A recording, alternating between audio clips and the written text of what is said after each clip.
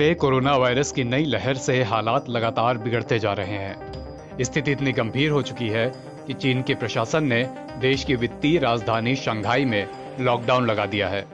इस दौरान शहर में आर्थिक गतिविधियां पूरी तरह से ठप पड़ गई हैं।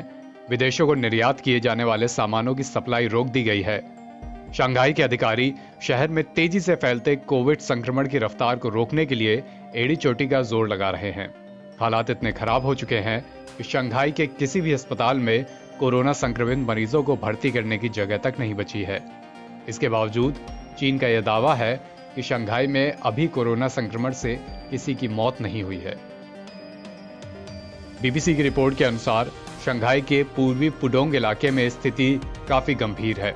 रिपोर्ट में शंघाई के डोंग हाई एल्डरली केयर अस्पताल में काम करने वाले कुछ लोगों से बात करके इस बार के संक्रमण की विभीषिका के बारे में पता लगाया गया है। अस्पताल में काम करने वाले लोगों ने कहा कि वो बुजुर्ग मरीजों का इलाज करने के लिए संघर्ष कर रहे हैं। इनमें से कई लोगों की मौत भी हो चुकी है। शंघाई के सबसे बड़े अस्पताल की एक नर्स ने बताया कि 3 हफ्ते पहले इस फैसिलिटी में कोरोना वायरस के पहले मामले की पहचान की गई थी। पहला मामला सामने आने के बाद शंघाई प्रशासन ने Dong high elderly care hospital को आम लोगों के लिए बंद कर दिया था। तब से अब तक शंघाई नगरपालिका की रोग नियंत्रण टीमें इस अस्पताल से बाकी इलाके में संक्रमण को रोकने के लिए काम कर रही हैं। पिछले हफ्ते इसी हॉस्पिटल में आपातकालीन स्थिति में काम करने पहुंचे एक दूसरे कर्मचारी ने बताया कि उसने एक मरीज को मरते भी देखा है। इसके साथ ही चीन के दावे पर भी सवाल उठ रहे हैं, जो उन्होंने कहा है कि शंघाई में अभी तक किसी की मौत नहीं हुई। कर्मचारी ने यह भी कहा कि मेरे एक साथी ने भी दूसरे मरीज की मौत की पुष्टि की थी। हालांकि उन्होंने पुष्टि करने से इनकार किया कि इन मरीजों की मौत कोविड से हुई है या किसी दूसरी बीमारी से, लेकिन डर तो फिर भी बना हुआ है। एक नर्स ने बताया कि वो क्वारंटीन सेंटर जाने से पहले इसी हॉस्पिटल में काम करती थी और रात में सोती भी थी।